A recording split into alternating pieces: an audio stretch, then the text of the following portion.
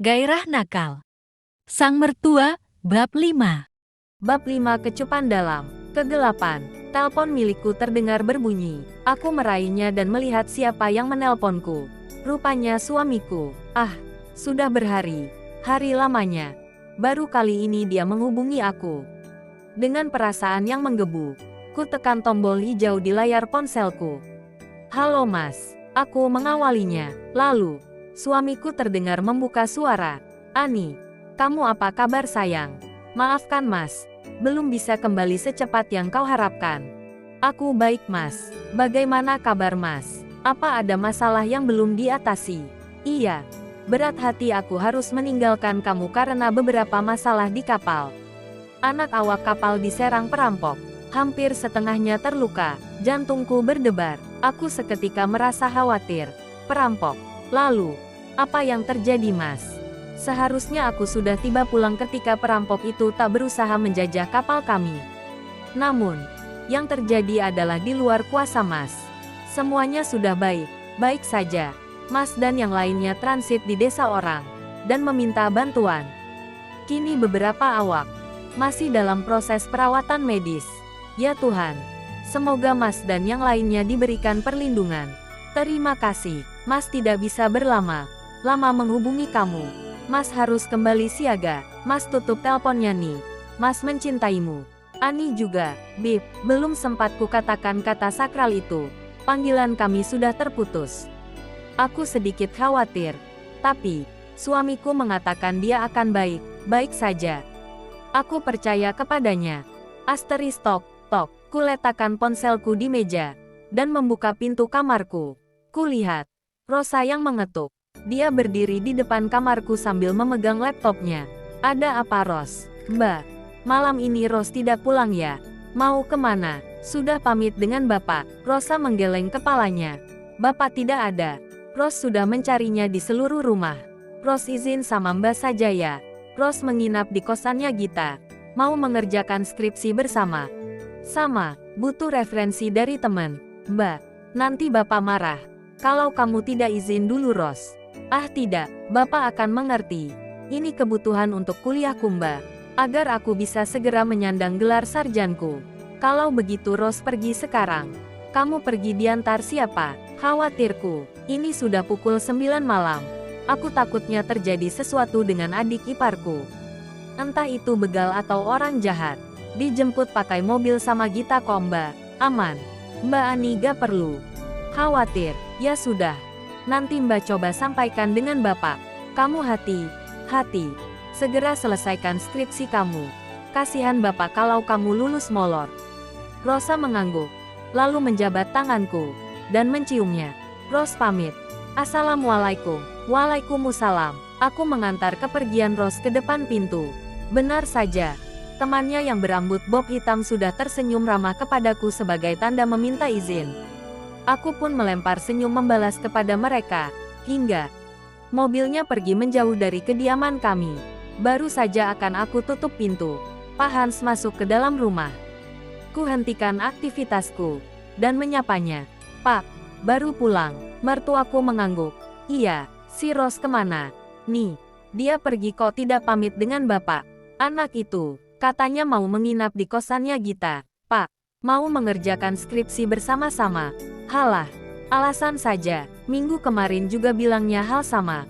Nyatanya Bapak cek, skripsinya belum dikerjakan. Dia mau guton sama Gita itu Bapak rasa." Pak Hans meletakkan topinya di meja ruang tengah, sambil duduk. Dia terlihat letih sekali. Entah apa yang mertuaku itu habis lakukan. Aku juga tidak tahu. Aku berinisiatif menawarinya minum. Mungkin dia juga haus, pikirku. "Bapak mau Ani bikinkan kopi atau teh?" "Kopi hitam seperti biasa. Gulanya jangan manis. Manis tapi Ani.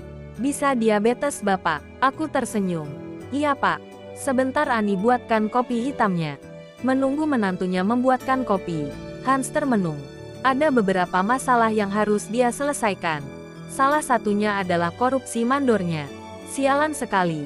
Pria yang tidak tahu diuntung itu mengkhianatinya. Hampir saja dia memukul tua bangka tak tahu diri itu. Jika saja pekerja lainnya tak melerainya. Aku selesai membuat kopi, keluar dari dapur. Melihat mertuanya yang termenung, aku mendekatinya dan duduk di samping setelah meletakkan kopi di depan meja. "Pak," panggilku pelan. Pak Hans menoleh dan membuka suara. "Ada apa nih? Ada masalah?" Sampai Bapak terlihat serius sekali sejak tadi Ani perhatikan. Banyak sekali. Kepala Bapak sampai mau pecah rasanya.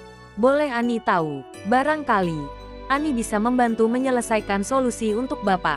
Helaan napasnya keluar dari bibir mertuaku.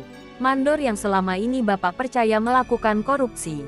Dana yang dikorupsi tidak dalam jumlah sedikit. Banyak nih, uang itu Bapak gunakan untuk menggaji para pekerja lainnya. Aku mendengarnya iba. Sudah dipolisikan saja Pak. Biar oknum yang seperti itu merasa jera. Sudah Bapak usut tuntas. Biar tahu rasa itu bangkotan tua. Aku menenangkan Bapak yang emosi dengan memegang tangannya yang berada di atas paha. "Tenang Pak, jangan emosi. Bapak nanti malah yang ada sakit." Aku menangkap respon yang tak biasa ketika tangannya aku genggam. Dia menatapku lekat, dengan cukup lama, membuat aku canggung. Sadar akan kekeliruan yang aku lakukan, aku takut beliau malah marah. Aku tarik tanganku segera, tak mau menimbulkan salah paham. "Ah, maaf Pak, Ani tidak bermaksud. Silahkan kopinya diminum dulu. Keburu dingin." "Kalau begitu Ani, ke dapur sebentar." Aku bangkit dan akan pergi ke dapur. Namun ketika aku akan bangkit, yang terjadi adalah petir menyambar kencang sekitar. Akhirnya listrik pun padam. Sialnya malah aku tersandung meja dan keseimbanganku oleng. Aku menabrak mertuaku dan tak sengaja berada di pangkuannya. Pak Hans mungkin refleks menangkapku di tengah kegelapan malam. Tangannya berada melingkar di punggungku. Sementara tanganku memegang bahunya erat, takut terjatuh. Kami menatap lekat satu sama lain. Meski dalam keadaan gelap, aku masih bisa melihat wajah mertuaku ini. Seperti lampu. "Padam, Pak." "Bukan padam lagi. Memang sudah padam nih." Aku merasa canggung dan membeku di tempat.